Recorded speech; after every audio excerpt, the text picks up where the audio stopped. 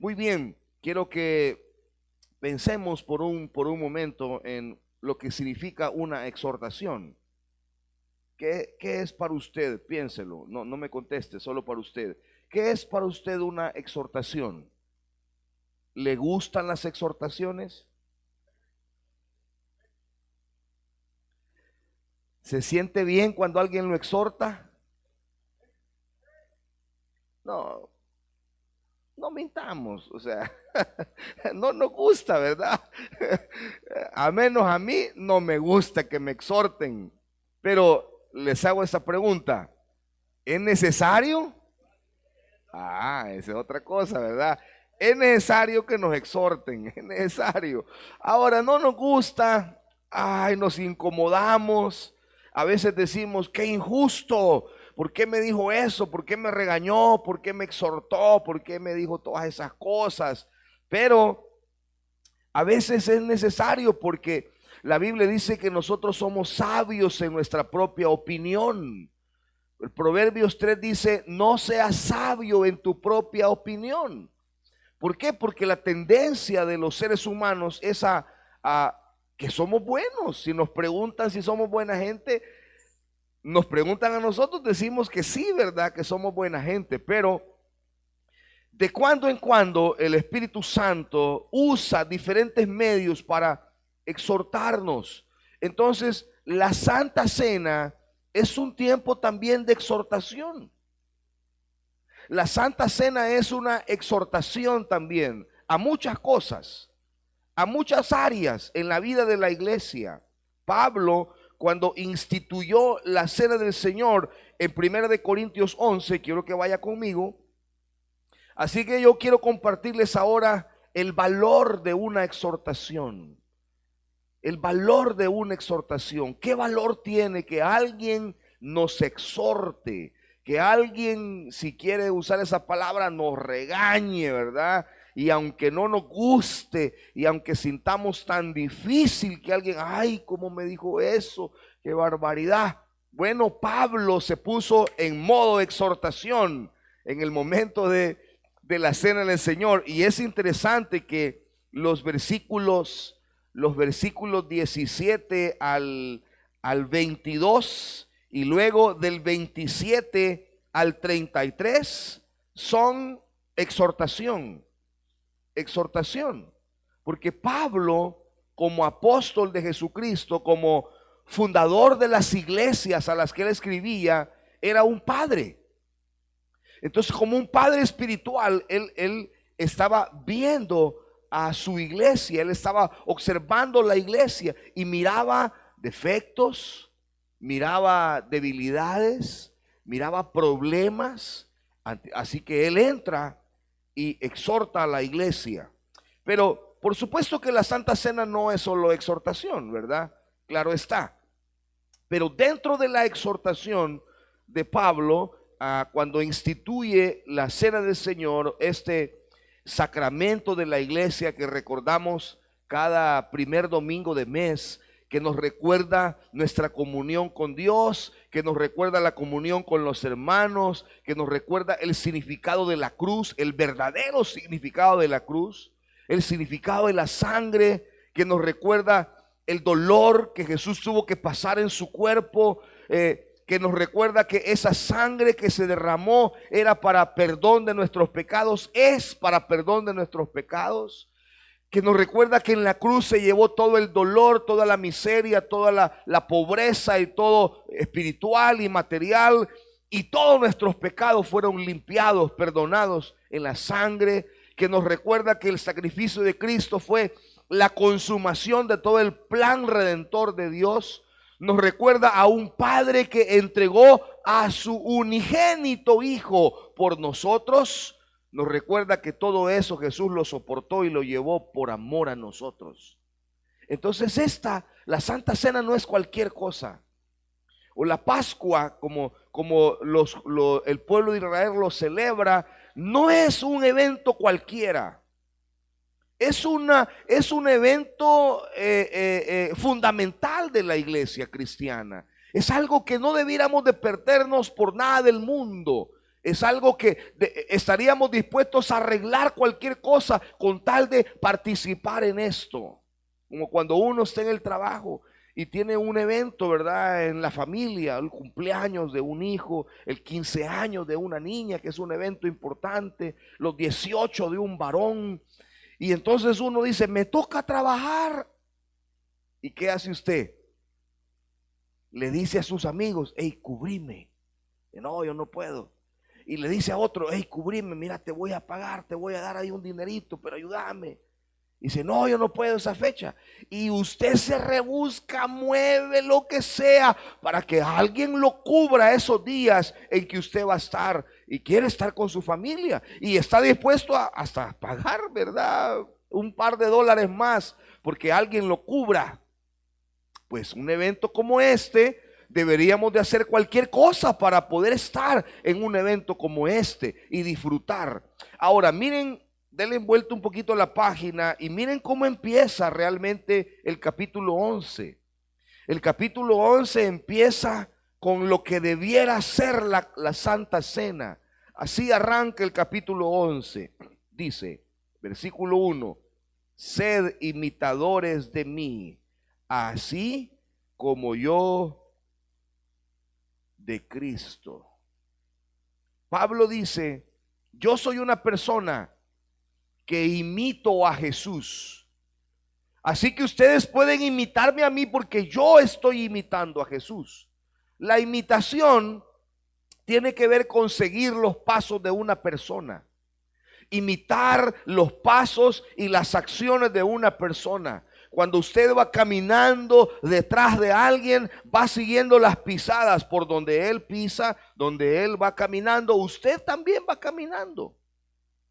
Y entonces, si Jesús va delante de nosotros, no importa si hay 3, 4, 5, miles de personas atrás de nosotros o delante de nosotros, pero lo cierto es no nos vamos a equivocar si todos estamos realmente siguiendo a Cristo. Si estamos imitando al Señor, realmente vamos a seguir su palabra, vamos a seguir sus principios, vamos a seguir sus pisadas. Por eso Pablo se atreve a decir, la Santa Cena se trata de comunión, se trata de seguir a Jesús. Pueden seguirme a mí, pueden imitarme a mí, pueden ver a Jesús en mí. Si logran ver a Jesús en mí, entonces imítenme porque yo estoy siguiendo a Jesús. Esto es atrevido. Yo estoy seguro que ninguno de los que estamos aquí, incluyéndome por supuesto, seríamos capaces de decir, imítenme a mí porque yo imito a Cristo.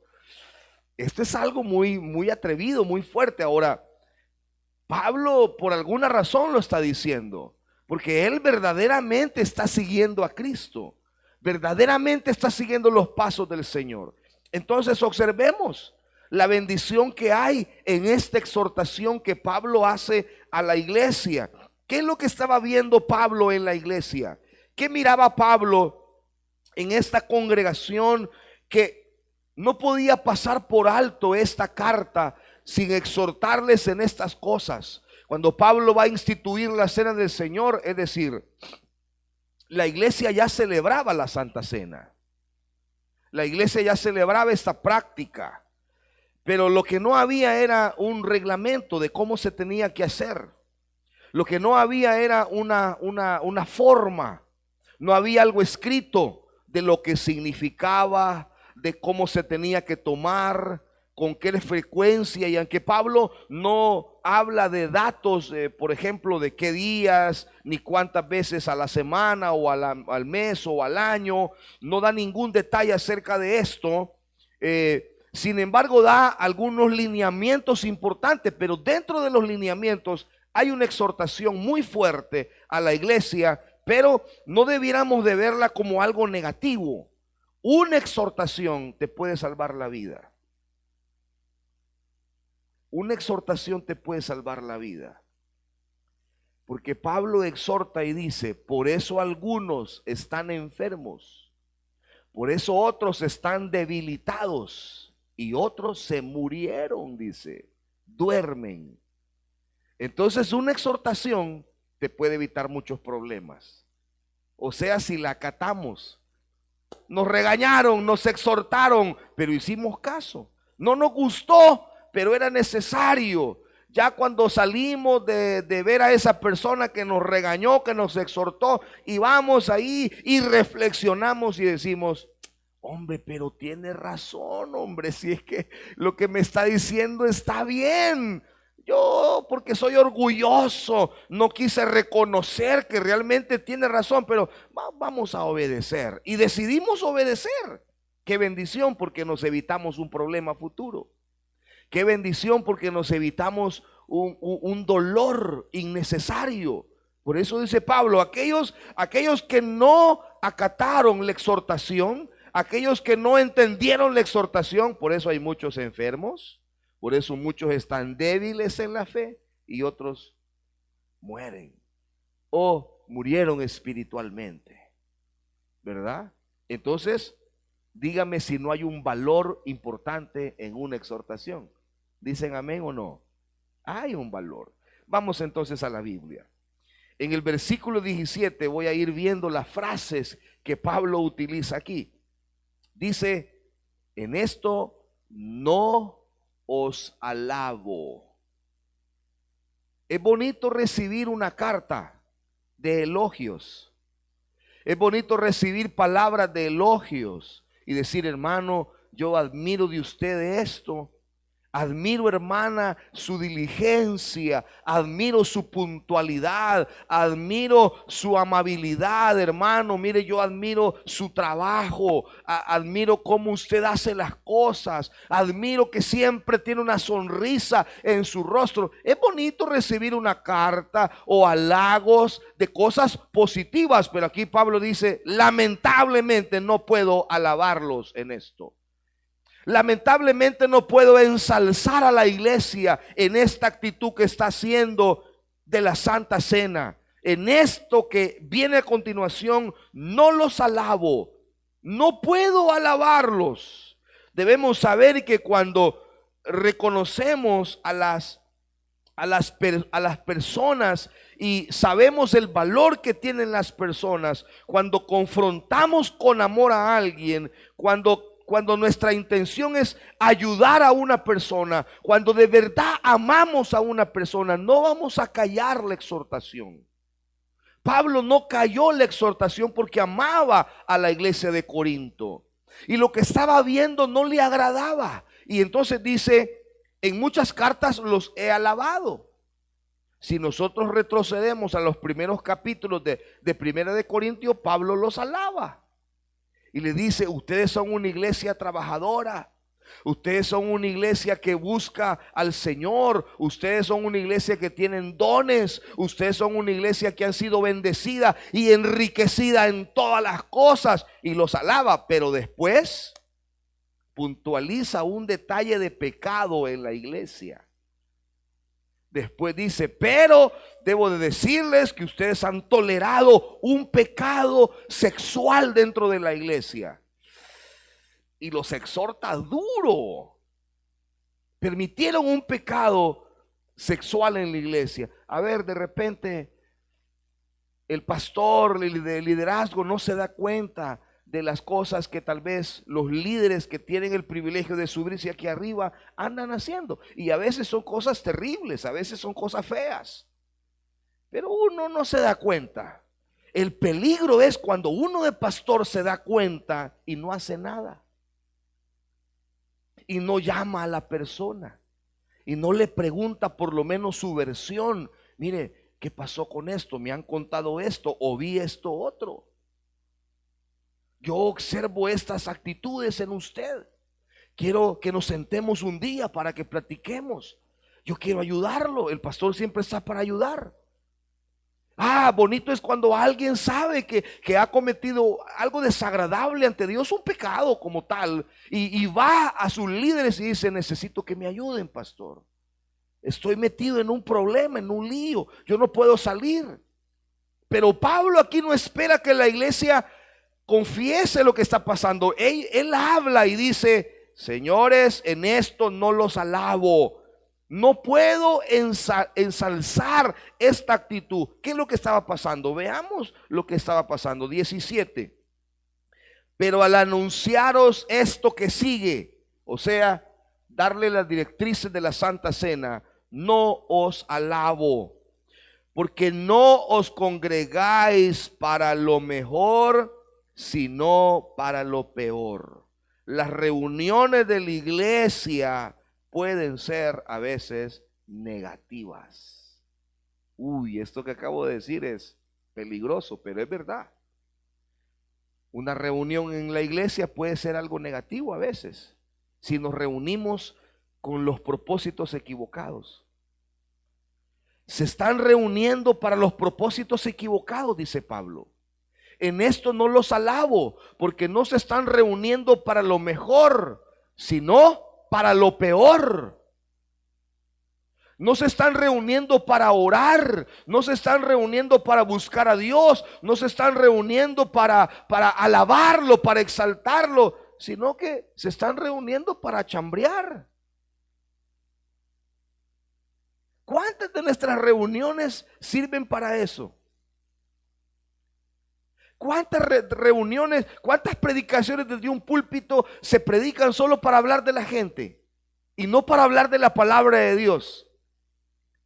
¿Cuántos pastores desperdician el privilegio de que tienen cientos de oídos ahí, de personas sentadas que los están escuchando con su corazón y con sus oídos, y desprecian media hora, 45 minutos, una hora de predicación para hablar de otras personas, de otros pastores, de otras cosas, de política, de esto y de lo otro, y desprecian el privilegio de hablar de la palabra de Dios? O gastan un mensaje. Yo no digo que a veces uno no tiene que contar su chiste aquí, ¿verdad? Mientras está predicando, está bien, pero de 40 minutos de predicación, 20 fueron de chistes. Y desaprovechó la oportunidad de predicar un sermón bíblico. Porque miren, hermanos, lo que cambia el corazón de la iglesia no son las palabras del pastor, son las palabras de la Biblia los que cambian el corazón de la iglesia. Los que hacen alguna transformación en nosotros es la palabra de Dios. No es lo bonito que alguien predica, es el poder de la palabra de Dios que cambia los corazones. Eso es lo que hace las transformaciones. Cuando uno va a la palabra, entonces Pablo dice: yo en esto no los alabo. No puedo exaltar esa actitud en la iglesia. Y los amo y por eso los voy a exhortar, dice. No puedo alabarlos porque se están reuniendo, se congregan para lo peor. Se congregan para juicio. Porque no hay cosa peor que venir a la iglesia, no a alabar a Dios, sino a criticar al hermano. No hay cosa peor que venir a la iglesia para hablar de otros. No hay pérdida de tiempo más grande que venir a la iglesia y que el propósito no sea alabar a Dios. ¿Cuántos están aquí para alabar al Señor, para bendecir al Señor? Por eso estamos aquí. Pero usted viene y dice: ve, las vacaciones trajeron a esta vez. Ya tenía como 6 meses de no venir. En lugar de llegar y que me alegra de verlo en la casa de Dios, abrazarlo y decirle: bienvenido, esta es tu casa, hermana, esta es su casa, hermano. ¿Aló? ¿Qué diferencia? El domingo pasado, antepasado, no sé, vino una jovencita que tenía ya bastante tiempo de no venir a la iglesia. Y cuando yo la vi sentada ahí, yo llegué y la abracé. Es una niña, yo la conozco desde que es un bebecito prácticamente. Desde 3, 4 años la conozco. La abracé y yo observé mucha gente, jóvenes sobre todo, que se le acercaron, bienvenida, y la abrazaron y le dieron la bienvenida. Qué bonito. Hubiera sido muy horrible que alguien llegara: mira, ya viste que vino aquella, a ver en qué lío anda, por eso está en la casa de Dios, a saber qué le ha pasado, a saber en qué problema está metida, por eso vino a la iglesia. ¿Y qué le importa a usted en qué problema? Lo bueno es que está en la casa de Dios. Lo peor que podemos hacer es venir al culto y que nuestro propósito no sea alabar a Dios. Aquí venimos a cantarle, venimos a adorarle, venimos a escuchar su palabra, no otra cosa más que a tener comunión con Él y con nosotros, entre nosotros. Así que dice: se reúnen para lo peor.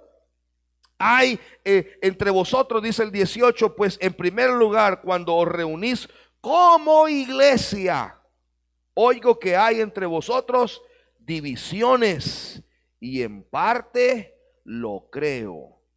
Divisiones. ¿Cuáles son los motivos por los que una iglesia se puede dividir? Los grandes motivos de divisiones en las iglesias casi siempre son la falta de unidad entre los líderes. Las divisiones casi siempre empiezan con los liderazgos. Los líderes que rivalizan entre ellos. Los líderes que compiten entre ellos en lugar de unirse en el mismo propósito, porque tienen un mismo propósito: llevar almas a los pies de Cristo. Ese es nuestro propósito. La falta de unidad entre los líderes, la falta de estar lleno del Espíritu Santo. ¿Por qué caemos en chambres? ¿Por qué caemos en disensiones, en pleitos, en ira, en contienda, en vanagloria, en orgullo? Por la falta del Espíritu Santo en nuestra vida. Porque si estuviéramos llenos del Espíritu Santo, ya no le cabe más a nuestra vida, porque estamos llenos del Espíritu Santo. Pero cuando estamos a medio tanque, ahí le cabe todo lo que se le pueda meter. Por eso Pablo dice que debemos estar llenos del Espíritu Santo. Entonces, cuando la iglesia, cuando el cristiano descuida la llenura del Espíritu Santo, y no estamos hablando del bautismo, de la plenitud, del sello, no. La llenura del Espíritu Santo es algo que el creyente busca todos los días de su vida. Busca llenarse, tener su tiempo de comunión, y se levanta de orar hasta que ha sentido el respaldo de Dios en su vida y siente que ha llenado su copa de la presencia de Dios. Entonces dice: oigo que hay divisiones, y lo creo, porque los líderes están compitiendo entre ellos. Hay falta de unidad entre los líderes, porque hay falta de llenura del Espíritu Santo, porque hay falta de amor. Las relaciones comprometidas y saludables normalmente expresan en pequeños detalles amor entre ellos, actos de bondad, actos de amor entre nosotros. Qué bonito es. Yo me di cuenta, el ministerio del adulto mayor, uno de sus hermanos estaba enfermo y se fueron a visitarlo. Yo no los mandé a visitarlo. Yo no les dije. Algunas veces yo me doy cuenta que está enfermo, y a veces yo no puedo ir, lamentablemente, por el tiempo a veces, pero yo mando. Dice: yo necesito que me vayan a visitar a fulano de tal, a la hermana fulana, dicen que está enferma, vayan a verlo. Pero yo no les dije nada esa vez, y se fueron y llevaban fruta, llevaban una ofrenda, llevaban cositas para comer, visitaron, pasaron un tiempo con la persona, tomaron café, me dijeron, oraron. Qué bonito. Usted tiene un vecino a la par que se da cuenta que está enfermo, que se da cuenta que está de cumpleaños, que se da cuenta que tiene alguna situación con sus hijos. ¿Qué nos cuesta ir al supermercado y comprar una torta de pan y llevarle y decirle: mire, yo me di cuenta que estaba enfermito, ¿cómo sigue? Buenos días. La falta de amor, falta de obediencia. La gente oye la verdad sin practicarla, dando así espacio a la carne, al mundo y al diablo para que fortalezca más esa mala costumbre. El enemigo fortalece esa mala costumbre. La falta de obediencia. La falta de obediencia hace que Pablo dice a la iglesia: en esto no los alabo, porque oigo que hay divisiones entre ustedes. ¿Cómo van a celebrar la Santa Cena si están divididos?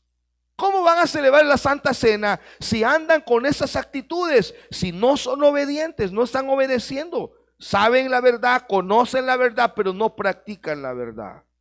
Así que la falta de obediencia es un problema. La falta de de la ortodoxia, o sea, de las prácticas correctas de la iglesia, ya que hay divisiones porque unos abusan de la autoridad, otros piensan que por ser líderes pueden hacer lo que les venga en gana, y no es así. El líder debe de ser la persona más humilde dentro de la iglesia. El líder debe de ser la persona más servicial dentro de la iglesia. El líder debe de ser la persona más amable dentro de la iglesia y fuera de la iglesia. Porque de nada sirve ser buena gente aquí en la iglesia si en la casa no somos buena gente. En la casa, en el trabajo, en la calle y en la iglesia. Prefiero que se porte mal aquí en la iglesia, pero que no se vaya a portar mal allá afuera. Mi mamá nos decía eso. Yo prefiero que se porten mal aquí, pero no se porten mal en casa ajena, decía. Si los invitan a comer, levanten los trastes de la mesa y lávelo, decía mi mamá. ¿Ah? Esas son costumbres bonitas que le enseñaron a uno. Diga gracias, diga con permiso, pero uno en la casa, como usted en la casa, no levantaba los trastes de la mesa y a la mamá lo regañaba a uno. Pero cuando uno estaba en casa ajena se acordaba. Y ya le decían a la mamá, mire, su muchacho es bien educado, de verdad. Sí, levantó los trastos. Yo le dije que no los levantara, pero los levantó y los lavó.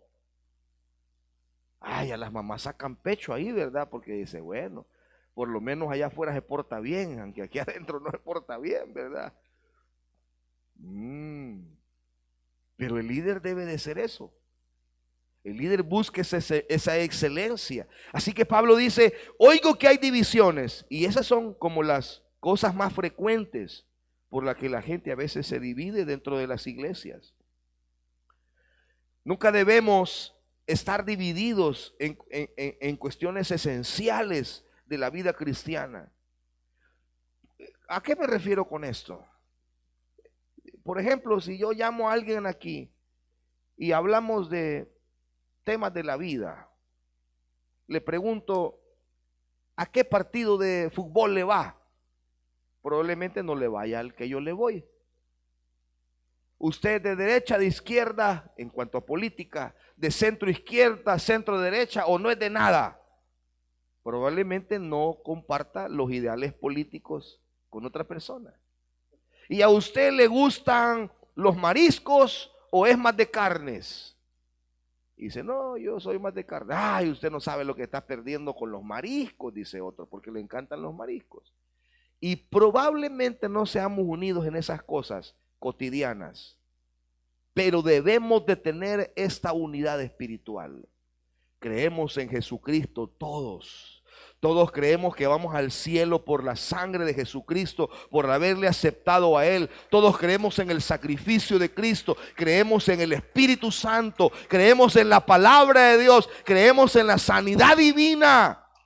Creemos que Cristo regresa por nosotros. En esas cosas de la ortodoxia bíblica debemos de ser unidos, hermano. Ahí sí, ahí se requiere total unidad, completa unidad.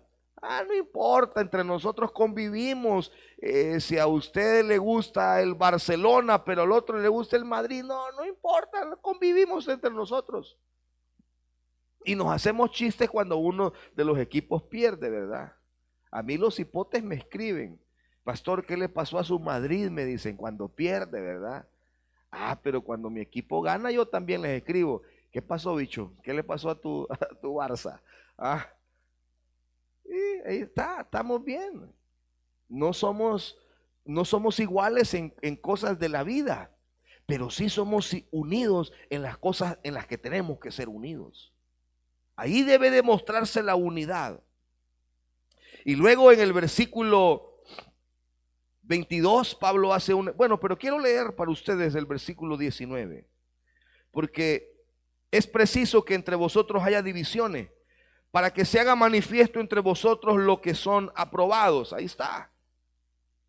Cuando pues os reunís vosotros, esto no es comer la cena del Señor.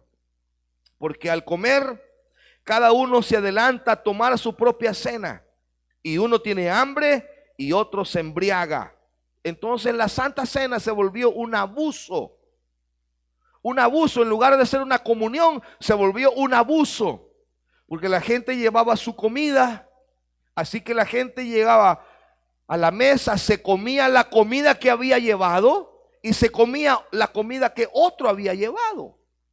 Entonces ese se iba completamente harto de comida y hasta se embriagaba, y el otro quedaba con hambre, porque la idea era que uno llevaba pupusas, el otro llevaba nuegados, el otro llevaba pastelitos, y el otro llevaba pollo en salsa navideña, y aquel llevaba frijoles fritos, y el otro llevaba huevito picado, y todos ponían la comida y todos tenían que agarrar un poquito cada uno, de manera que todos comieran.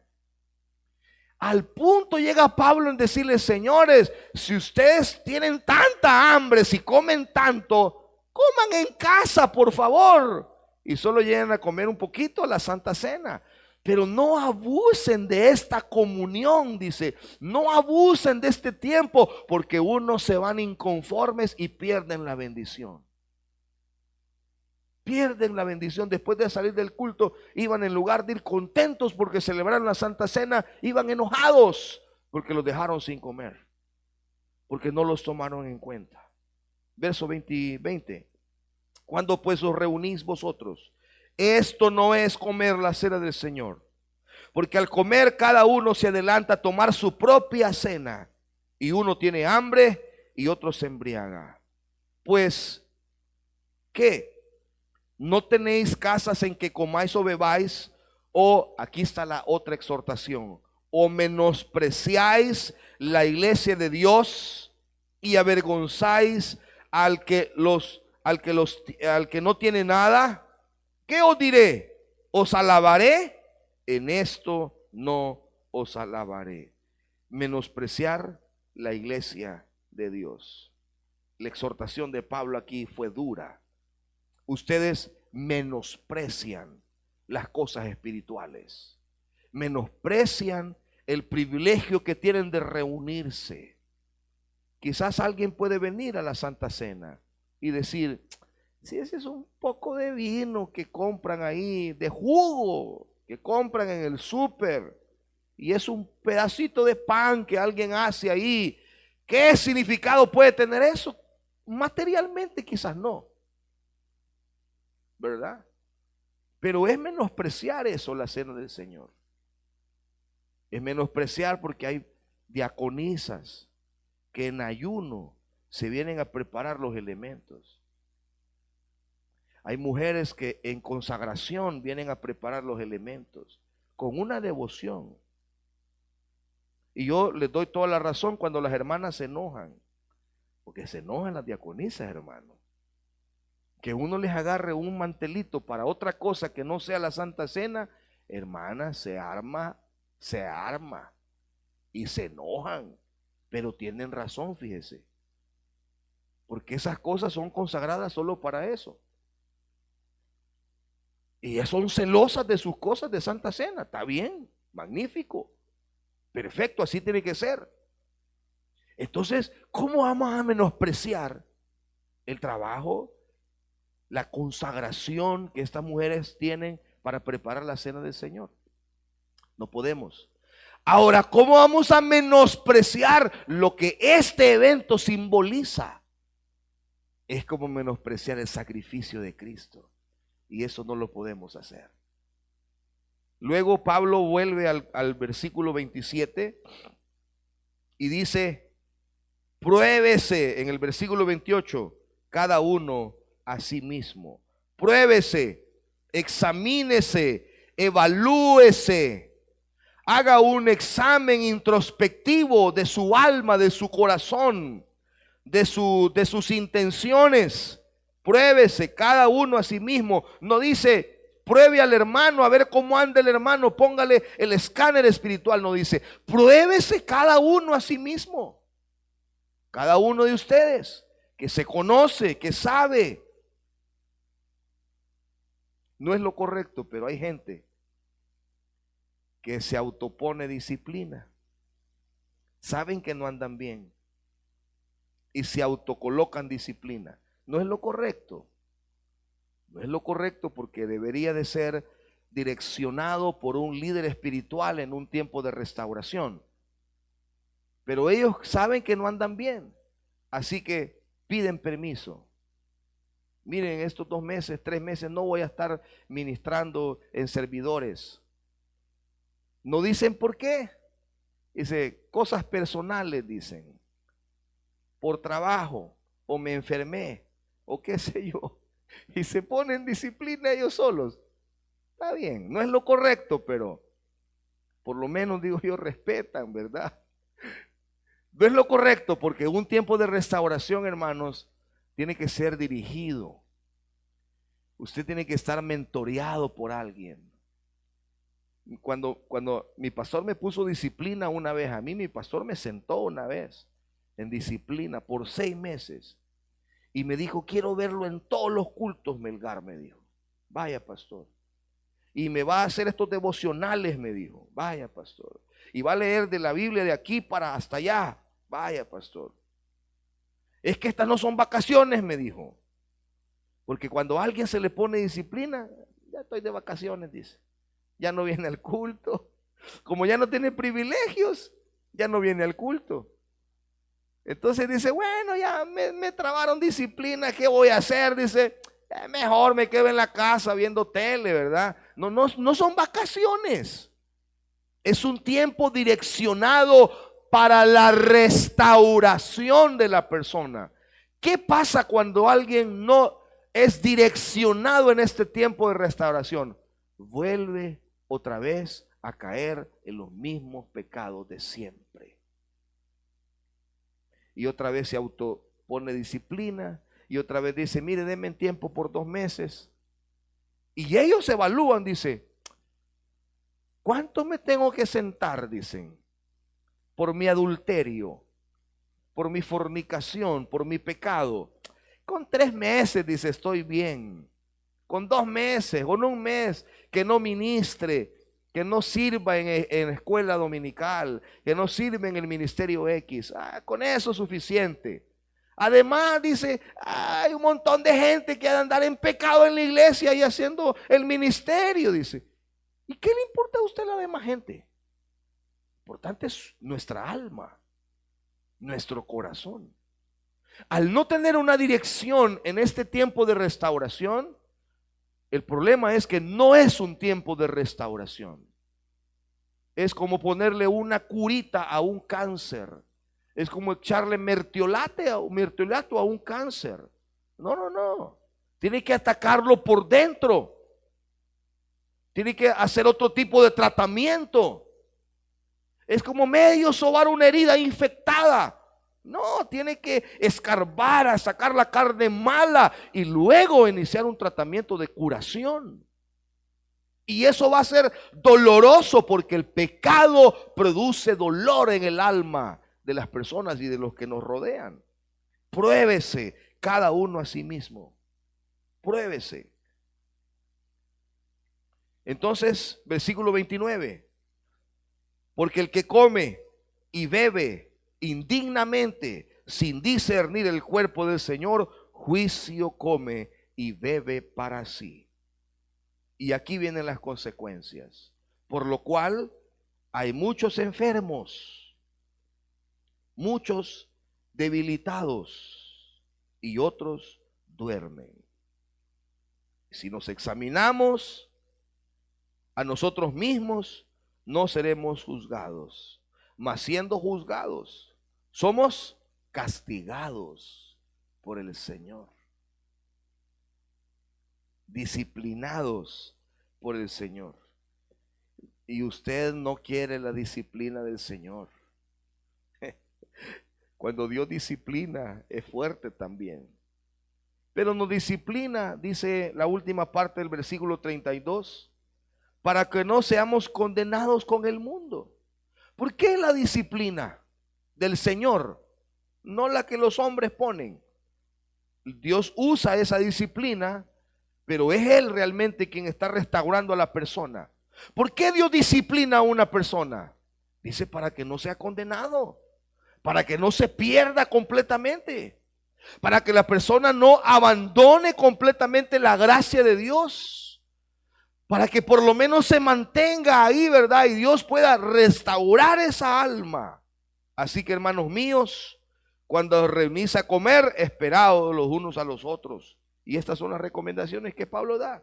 Si alguno tiene hambre, tuviere hambre, coma en su casa, para que no os reunáis para juicio. Las demás cosas las pondré en orden cuando yo fuere. O sea, que habían más cosas. Habían más problemas. Esto solo es el tema de la Santa Cena. Esto solo era algo que estaba pasando en esta comunión de la Santa Cena. Le pareció inaudito a Pablo que la iglesia estuviera haciendo mal uso de la cena del Señor. Así que dijo, tengo que hablar esto. Pero hay otras cosas. Todavía hay más cosas que tengo que arreglar. Pero esas las ordeno en persona cuando vaya a ustedes. Ahí vamos a hablar de esas cosas. ¿Es necesaria la exhortación para la iglesia? Sí. Es necesario que... Ayer estuvimos nosotros estuve en Chalatenango en una convención de misiones. Es parte de mi trabajo que hago a nivel nacional. Y estuvimos en una convención el día de ayer en la zona alta de Chalatenango, allá por Las Pilas. Bonito, el clima estaba rico.